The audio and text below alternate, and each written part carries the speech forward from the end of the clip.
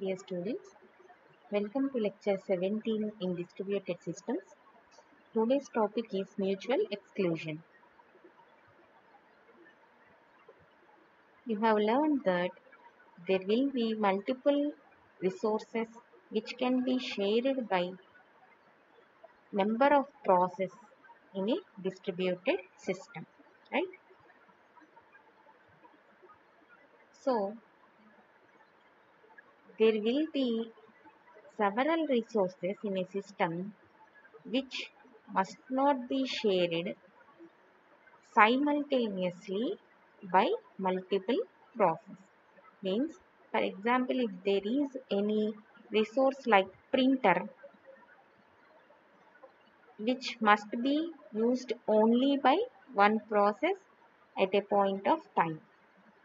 Means single process can use that resource in which that resource usage should be restricted to all other processes so that only one process can use that resource. This type of exclusiveness is called as mutual exclusion between the process. Means only one process will exclusively, completely or totally, you exclusive means completely or total. Means total right on that particular resource at that point of time will be for one single process. After completion of the work of P1 process, then only that resource should be assigned to any other requesting process.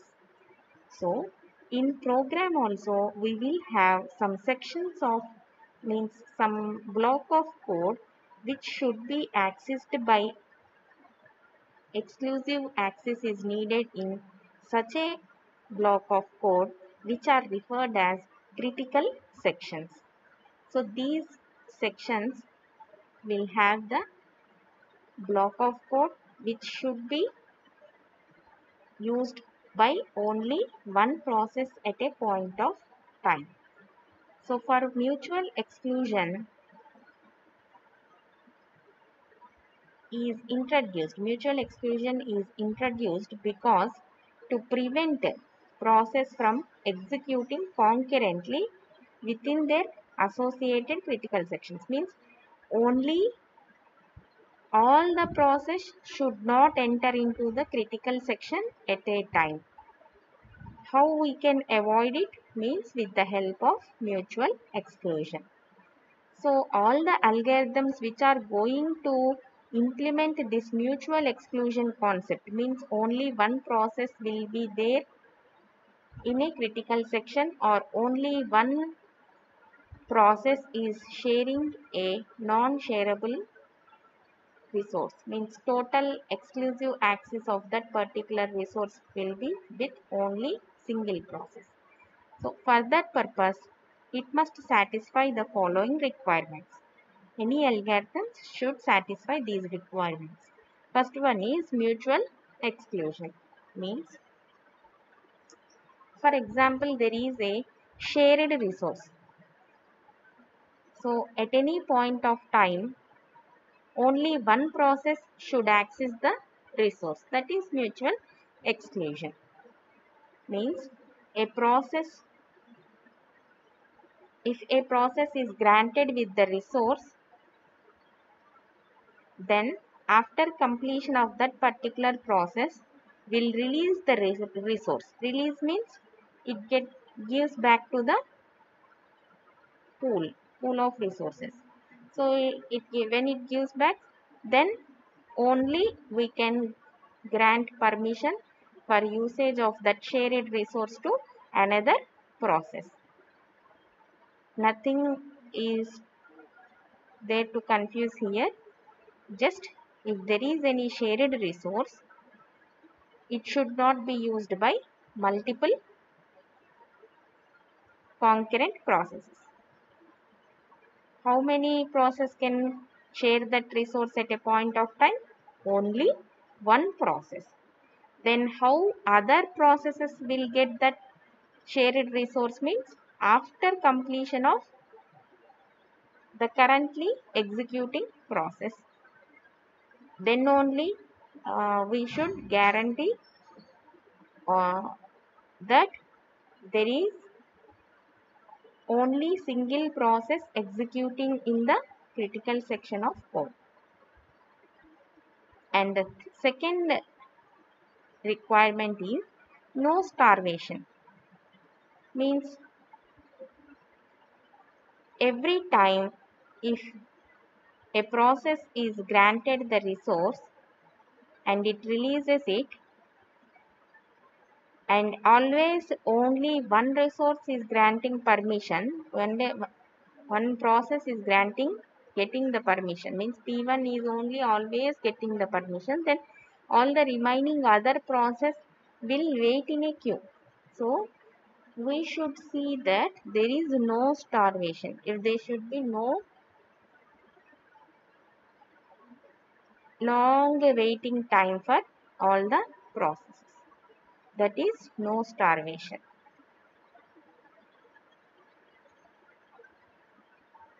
Next, in a single processor system, how this mutual exclusion will be implemented in single processor system means via semaphores, the concept of semaphores, monitors and other similar constructs. These three we will have some integer values, and these are the concepts from operating system. So here we are dealing in distributed systems. We will cover the implementation of mutual exclusion in distributed system via three approaches. So these are the three basic approaches in which we can implement the mutual exclusion concept in distributed system. The first approach is via centralized approach, and second is distributed approach. The third way is token passing approach. We will see each one in detail now.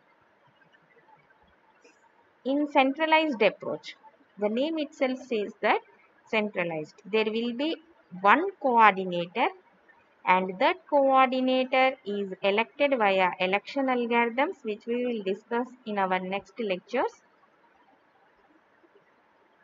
And one of the process in the system is elected as a coordinator.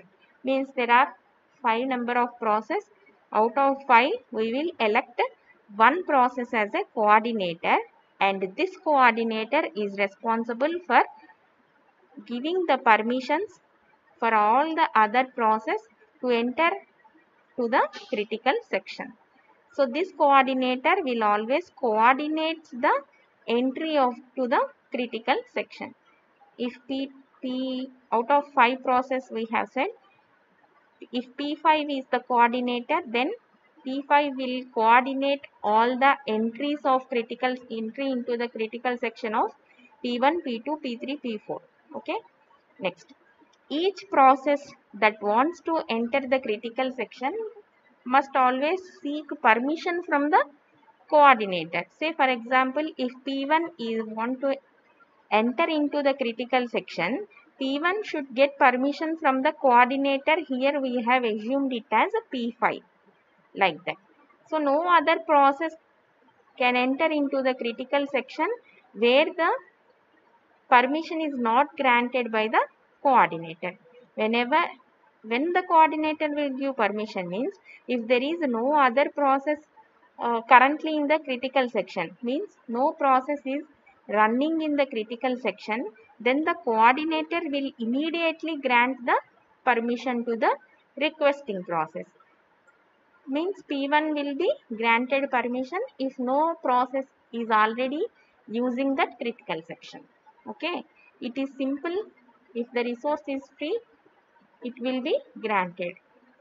If the resource is not free, the P1 process has to wait until the currently executing process gets back from the critical section.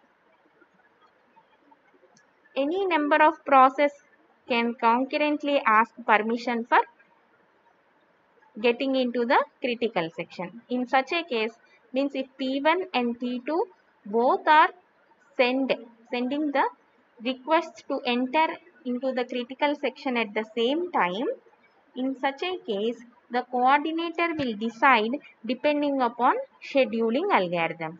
Means first come first serve, or how to schedule depending on priority or within time span, like that it will decide how to schedule the process to get enter into the critical section.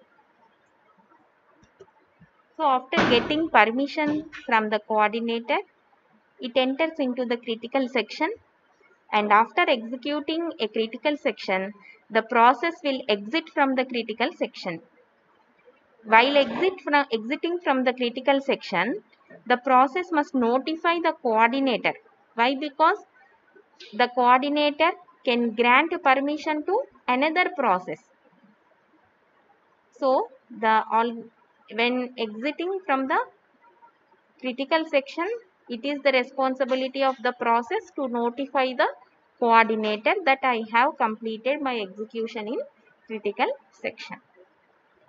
See here one of the example, and this is the diagram illustrating the centralized approach for mutual exclusion. Mutual exclusion in centralized approach.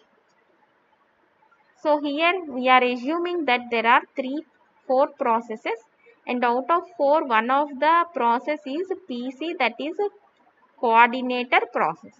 Means this PC will coordinate all the requests from the P1, P2 and P3 process. Here we are assuming that the system is granting the requests that comes in first come first serve order. The coordinator will maintain this request queue. You all know about queue. Which process comes first? It goes first. First in, first out. The data structure queue. So it maintains, the coordinator maintains the request queue.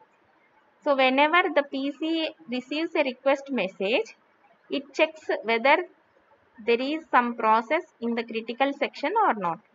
If there is no process in the critical section, it immediately grants permission by sending the reply message that you are granted the permission to execute in critical section. You execute now. You enter into the critical section. So soon when the reply arrives at P1, the P1 enters the critical section. Why? Because it got permission from the coordinator. Now, suppose that while P1 is in the critical section, here, see here, P1 requested no process in critical section. PC sent a reply that you can enter into the critical section, and P1 process is in the critical section. That block of code is executing by P1. When this process is in critical section, here it got a request from the P2 process. Third step is request. So in this case, can the coordinator can grant the permission? No. Why? Because already P1 is in the critical section. So PC will not grant the permission, as P1 is already in the critical section. So the PC will not send a reply, and it will be added to the request queue. So the status after 3. Initial status, there are no process. So P1 is granted permission. After that we got request from P2. So P2 is added to the queue. And again the third is completed, and the fourth message is request from P3. So which process? And P3 also want to execute in the critical section. So P3 is aligned after P2. Why? Because we got request from P2 first. After P2 we got request from P3. So in a queue we can add elements from the rear side. So P2, P3 are ordered. and they are in ready queue. Whenever P1 comes out of that critical section, P2 will go into the critical section. After completion of P2, P3 will go into the critical section. Like that, after fourth one, the P1 is sending the release message. Means, okay, I am done with critical section execution. That is release message. After P1 execution, we have to grant permission to P2. So the PC will send a reply message, that is sixth one, and again after completion it will send the release message, that is seventh one.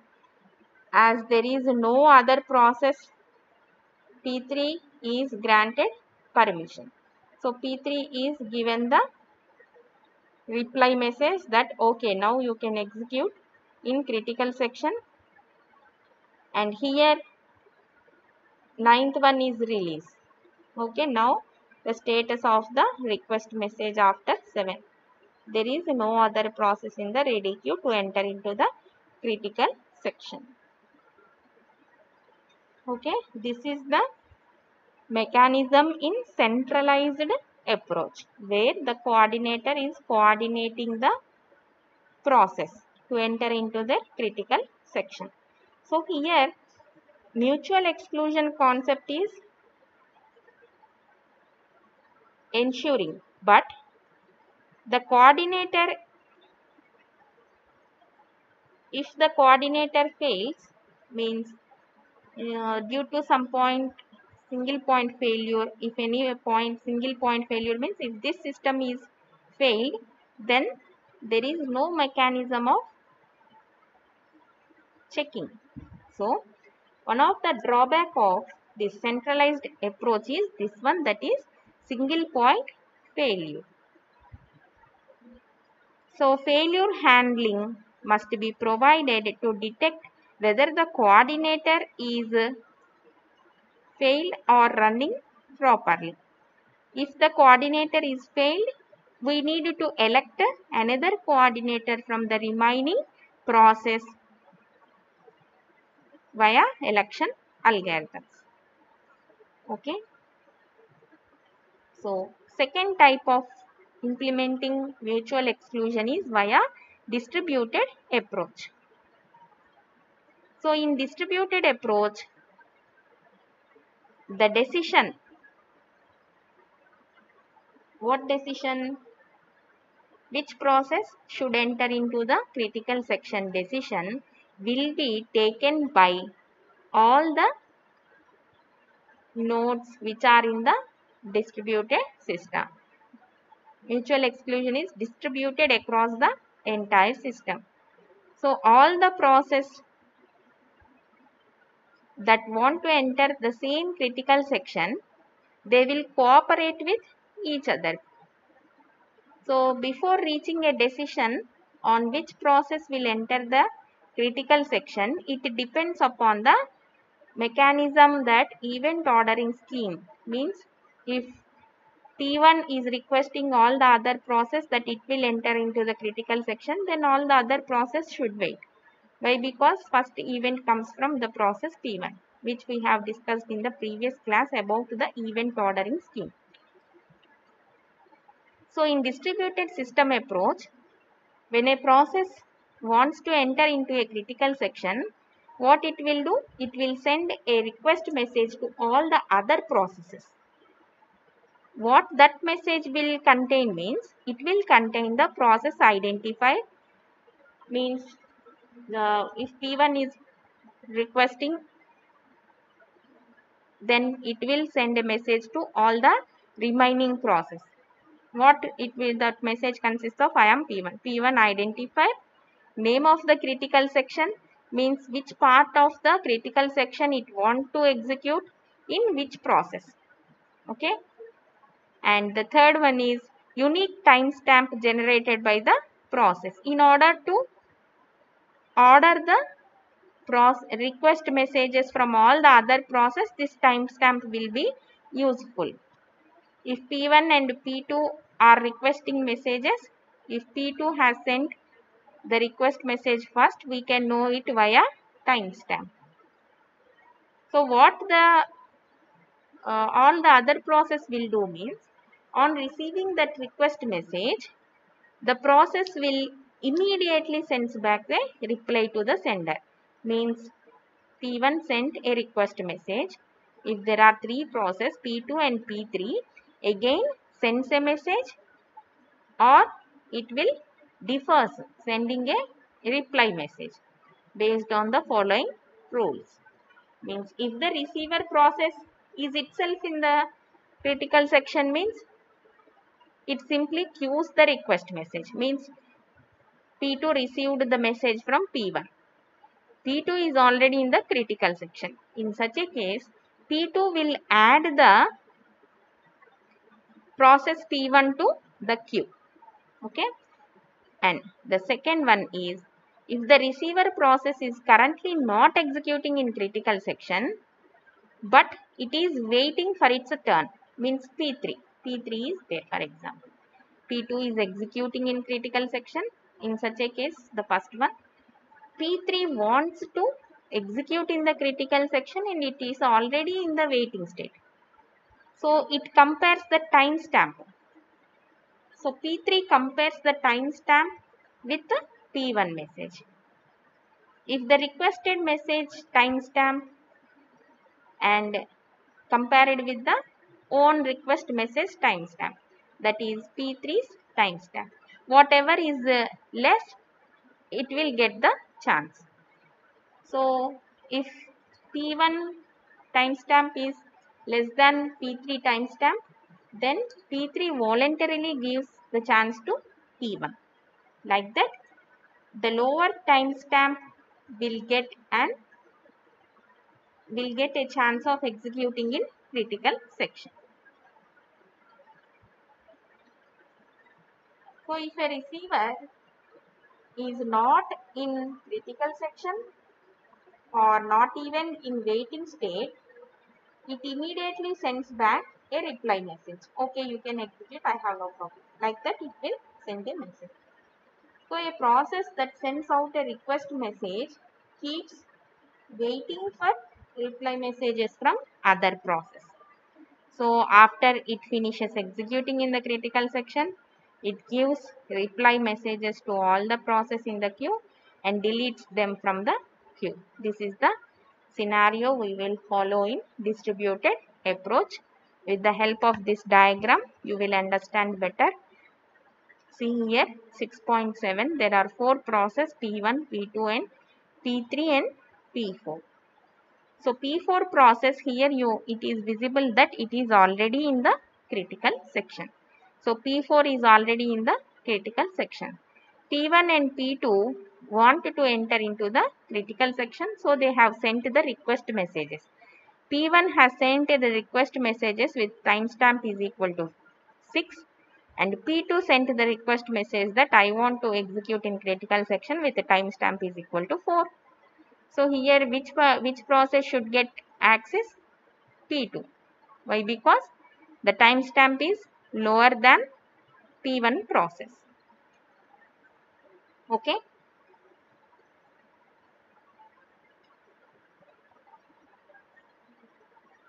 So P2 will get the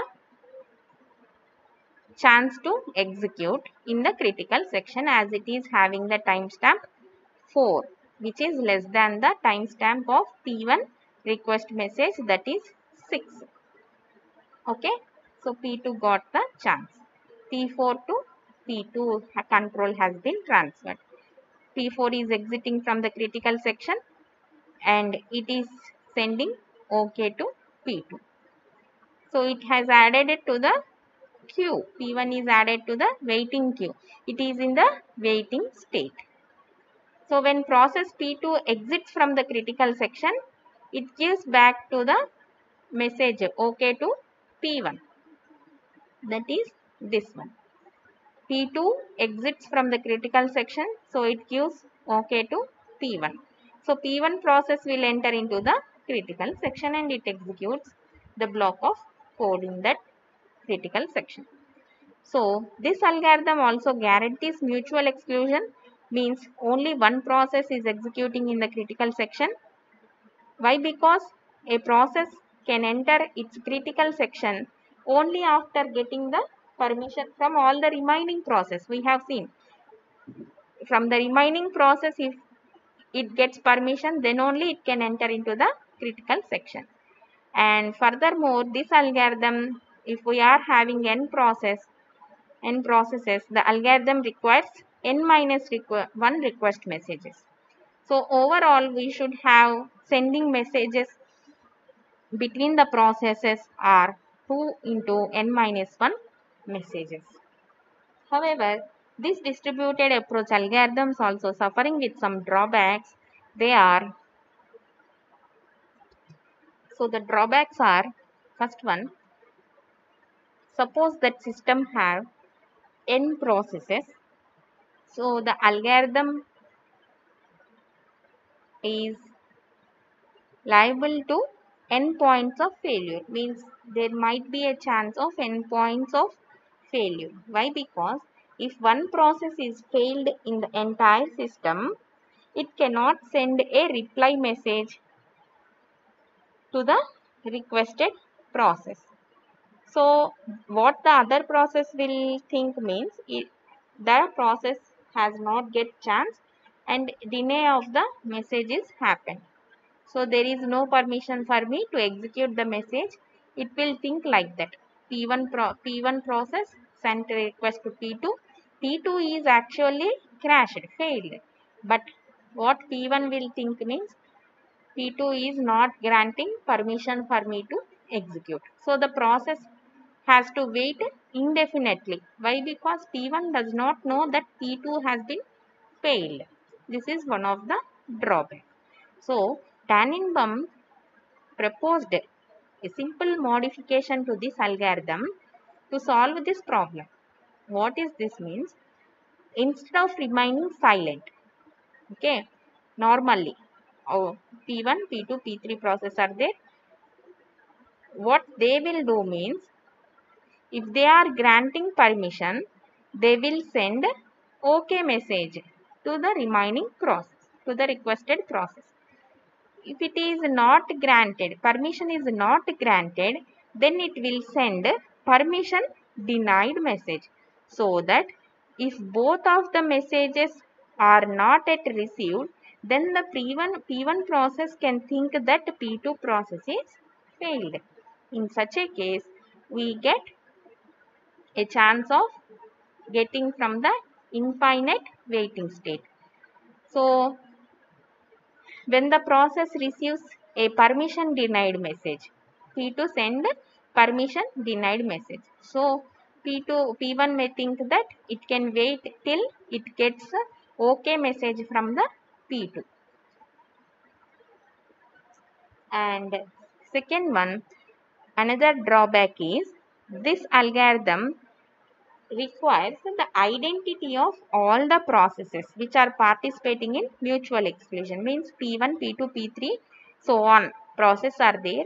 The algorithm should know all the process identities which are participating in this algorithm.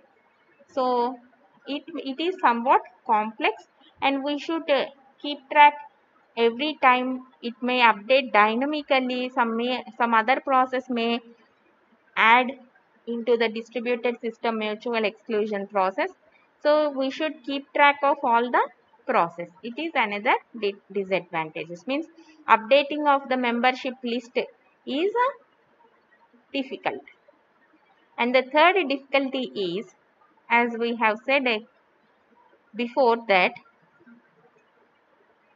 in a critical region we want there will be an exchanging of 2 into n minus 1 messages in the system for having n messages, means there is a waiting time may be large if there are many to process in the system.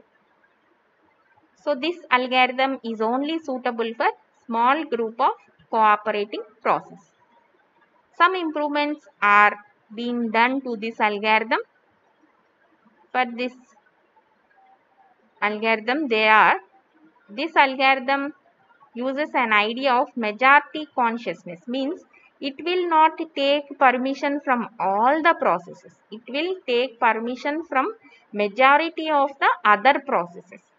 If there are 20 processes, majority of process, not all 20 processes are considered. This is one of the modification. It will consider the majority of the process. We will not take the complete process permissions. We will take only majority of the process.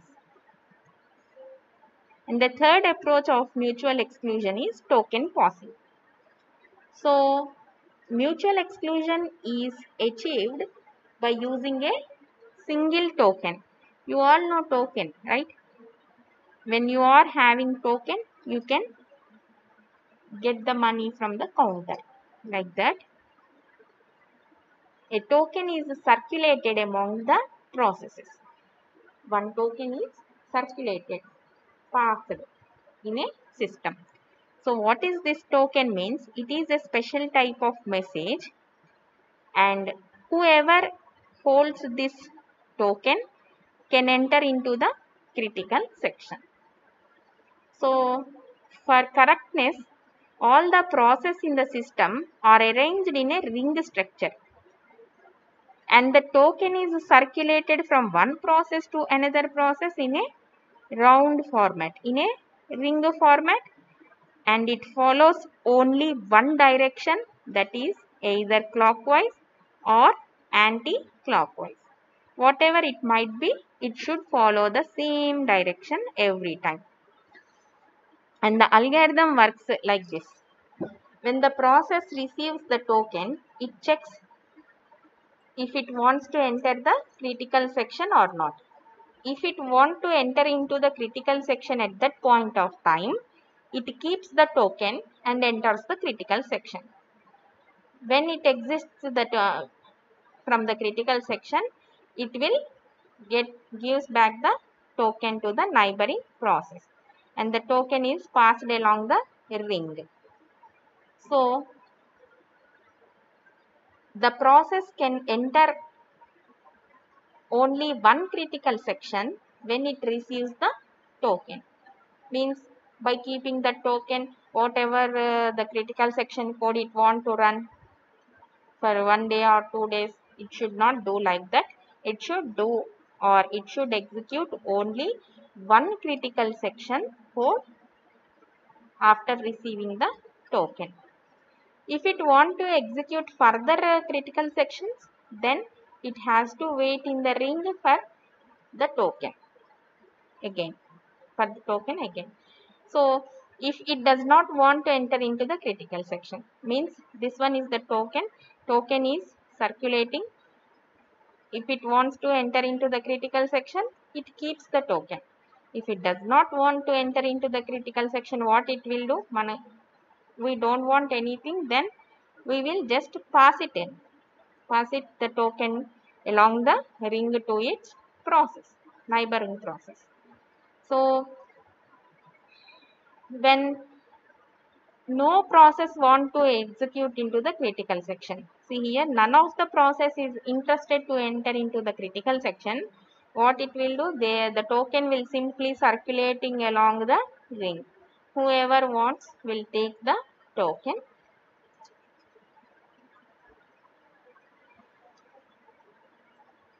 So here there is only one single token. Mutual exclusion is guaranteed by this algorithm. Since the ring is unidirectional, means either it will move in a clockwise every time or anti-clockwise every time, and the process is permitted to enter only one critical section. So the mutual exclusion is guaranteed, means it ensures that only one process is in the critical section. So here we may get the starvation stage, we may not get here, but this algorithm, the number of messages may vary from one message to an unbounded value. And moreover, if there are total n number of processes in the system, The waiting time may be from 0 to n minus 1, and 0 to n minus 1 messages are needed. Why? Because the actual entry may vary from the time needed to exchange the messages. 0 token passing messages are needed. How much they are needed means n minus 1 messages. So the algorithm requires handling of following types of failures. They are process failure, means if any process in the ring is holding that token and that process has been failed. In such a situation, a new logical ring must be established. A new ring must be established to ensure the circulation of the token among the other process. And there should be some mechanism to detect the failed process, and reconfiguration should be done dynamically when the process is detected that it has been failed. And the second one is lost token, means if the token itself lost in the ring, then it is need to generate a new token. Therefore, the algorithm must have the mechanisms to detect that whether the token is circulating in the ring or not. If the token is not circulating in the ring, then who has the token it should observe. If no process is holding that token, then it should think of that it has been lost and a new token should be regenerated. For this purposes, monitors are used to solve this problem. Means a monitor will check periodically, it circulates who has the token message. So this message will rotate around the ring from one process to another. So all the process will simply pass the message to the neighbor. When the process is actually holding the token, then it won't pass that who has token message to its neighbor. It keeps with it. P2 process, P1, P2, P3 process are there. Monitor sent a message who has a token message on the ring. P2 is having the token. So P1 passes to P2. As P1 is not having token, so it passes to P2. So P2 will not pass the message to P3 as P2 is having the token with here. So these two problems are who has token.